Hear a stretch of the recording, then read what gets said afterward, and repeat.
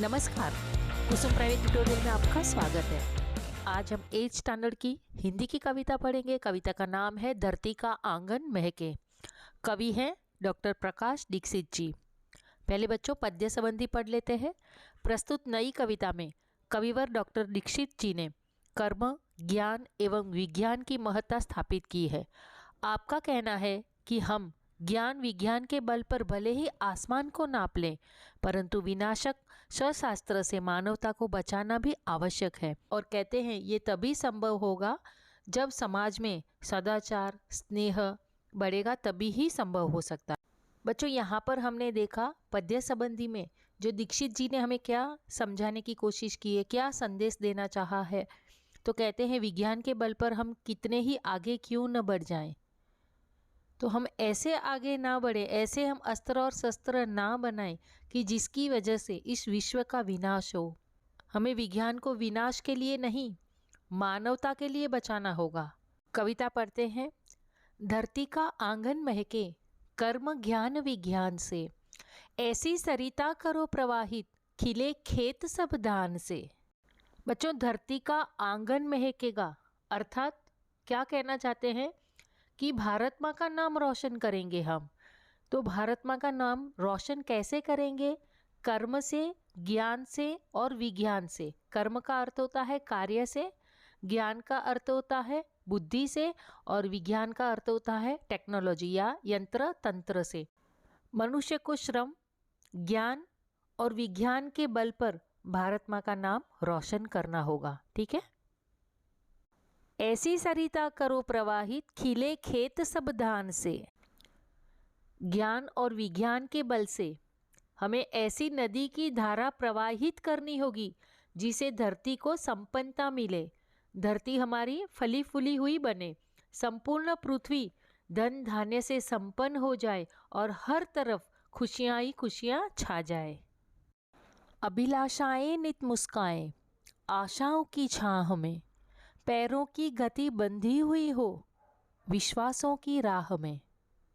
अभिलाषा का अर्थ होता है इच्छा। मानव के मन में अनंत अभिलाषाएं होती है, बहुत इच्छाएं होती है।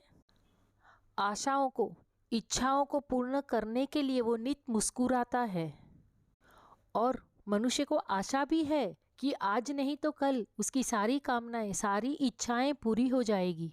पैरों की गति बंधी हुई हो विश्वासों की राह में। अपने पैरों की गति को अर्थात जो कदम की गति है, कदम की जो रफ्तार है, उसको उसने बांध दिया है। क्यों बांध दिया है? उसको पता है, उसको विश्वास है मैं कर्तव्य पथ पर विश्वास के साथ आगे ही आगे बढ़ूंगा। यही कवि कहना चाहते हैं। शिल्पकला कुमुदों की माला, वक्षस्थल का हार हो, फूल फलों से हरी भरी इस धरती का श्रृंगार हो। शिल्पकला का अर्थ है जो हम हमारे हाथों से जो भी चीज़ें बनाते हैं, जो हाथों से की गई कला। कुमुद का अर्थ है कमल, माला मतलब गले में पहनते हैं वो हार। वक्षस्थल सीना, छाती कह सकते हैं।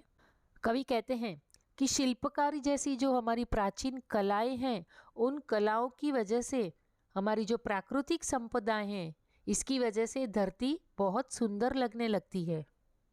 ऐसा लगता है जैसे शिल्पकला रूपी कमलों की माला को धरती ने अपने गले में पहन लिया है। धरती का श्रृंगार अर्थात धरती हमें सजी हुई लगती है। तो कैसे लगती है? कौन से श्रृंगार उसने पहने हैं? तो धरती माँ के फूल और फलों की वजह से, हरी भरी हरियाली है, इसकी वजह से ऐसा लग रहा है जैसे धरती ने श्रृंगार कर लिया हो।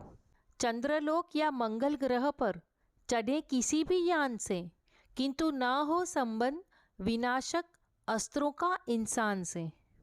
कवि कहते हैं कि हम कितनी भी प्रगति कर लें, चाहे हम चंद्रलोक पर जाएं, चाहे मंगल ग्रह पर जाएं, उसका कोई महत्व नहीं है।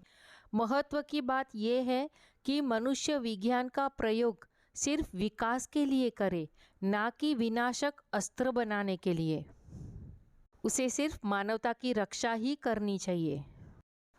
सांस सांस जीवन पट बुनकर प्राणों का तन ढांकती, सदाचार की शुभ्र शलाका मन सुंदरता आंकती। शुभ्र का अर्थ है उज्जवल और शलाका का अर्थ है जो हम सुई धागे से जो सिलाई करते हैं उसको कहते हैं, और आंकती मतलब अंदाज करती है। कवि कहते हैं कि इस धरती ने सांस सांस का जीवन पट बुनकर सभी के प्राणों का तन ढक दिया है। और आगे कहते हैं हमें स्नेह और सदाचार रूपी शुभ्र शलाका मन की सुंदरता को आंकने का काम करती है। अर्थात मानवता के विकास के लिए सभी को सदाचार एवं स्नेह को अपनाना चाहिए। प्रतिभा का पैमाना मेधा की ऊंचाई नापता, मानवता का मीटर बन मन की गहराई मापता। प्रतिभा का अर्थ है तेजस्विता या बुद्धि की शक्ति भी कह सकते हैं। पैमाना मतलब मापना। मेधा का अर्थ है बुद्धि। कवि कहते हैं सभी के हृदय में मानवता निर्माण होनी चाहिए। मनुष्य को मानवता का मीटर बनकर दूसरों के मन में, दूसरों के दिल की गहराई मापने का कार्य करना चाहिए और मानव की प्रतिभा को मानवता के लिए कार्य करना चाहिए। आत्मा को आवृत कर दे स्नेह प्रभा परिधान से, करे अर्चना हम सब मिलकर वसुधा के जयगान से। आवृत करना ढक देना, स्नेह प्रेम, प्रभा तेज या प्रकाश, और परिधान मतलब वस्त्र, अर्चना करना प्रार्थना करना। कवि कहते हैं मनुष्य को अपनी आत्मा के स्नेह रूपी प्रकाश से ढक देना चाहिए। जब ऐसा होगा तब धरती पर मानवता का विकास होगा। इस सभी के लिए मिलकर हमें जयगान करना चाहिए, पूजा और अर्चना भी हमें करनी चाहिए। इस कविता से हमें क्या संदेश मिला कि हम जो भी विज्ञान की वजह से विकास करते हैं उस विकास का हमें फ़ायदा होना चाहिए। विज्ञान की वजह से नदियों का पानी सभी खेतों में सिंचाई करनी होगी। शिल्पकारों की कला को फलने फूलने के लिए हमें उनको अवसर देने होंगे।